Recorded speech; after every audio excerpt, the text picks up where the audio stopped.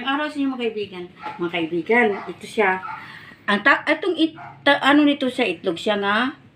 Itlog nga, basta itlog nga hilaw. Tapos, marami itong sa mga natin dito. Di ba kung tumatanda na tayo, nangulubot ng mukha natin, tapos kitagyawat na. Kaya ito ang, tingnan nyo, gayahin nyo ng gawain ko. Tanggalin mo yung puti, puro puti lang talaga siya. Tapos, na siya, natanggal na yung mga puti. Ilagay mo dito, kaya pwede natin iluto din yan, mamaya.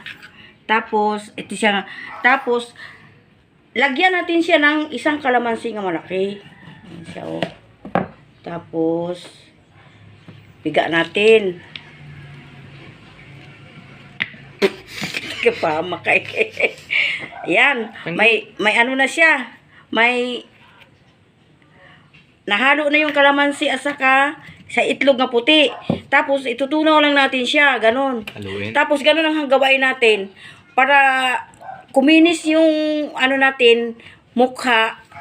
Ganyan lang siya ang paglagay, mga kaibigan, Mga kaibigan, lagay mo na siya ganyan mga kaibigan, Tapos ganyan siya. Tapos mo na siya ng mga ilang pag tumigas na siya, saka na siya hilamusan siya. Ganun lang siya mga kaibigan. Tapos siya, makakaano to sa mukha, makakapakinis, tapos makatanggal ng kulubot kasi tayo may edad na, kaedad na tayo.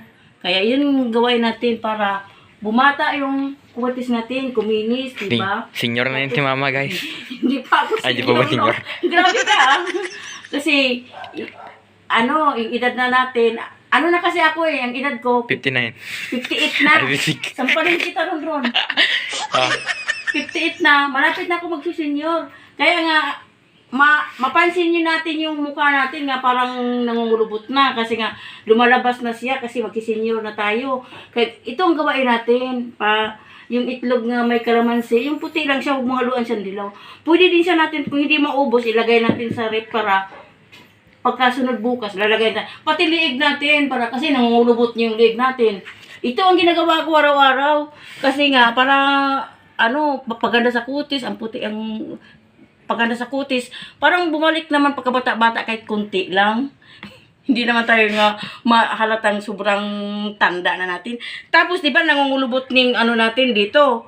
Lalagyan mo rin para mamatanggal yung mga natin, yung balat natin ngayon, para bang nangungulubot na. Ganun siya.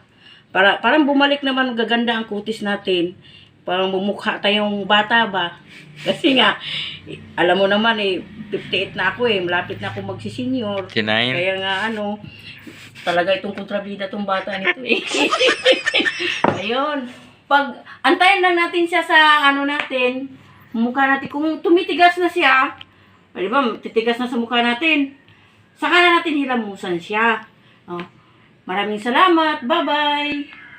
59 na yan, guys. 59. Walang yaka. 58 pa lang ako,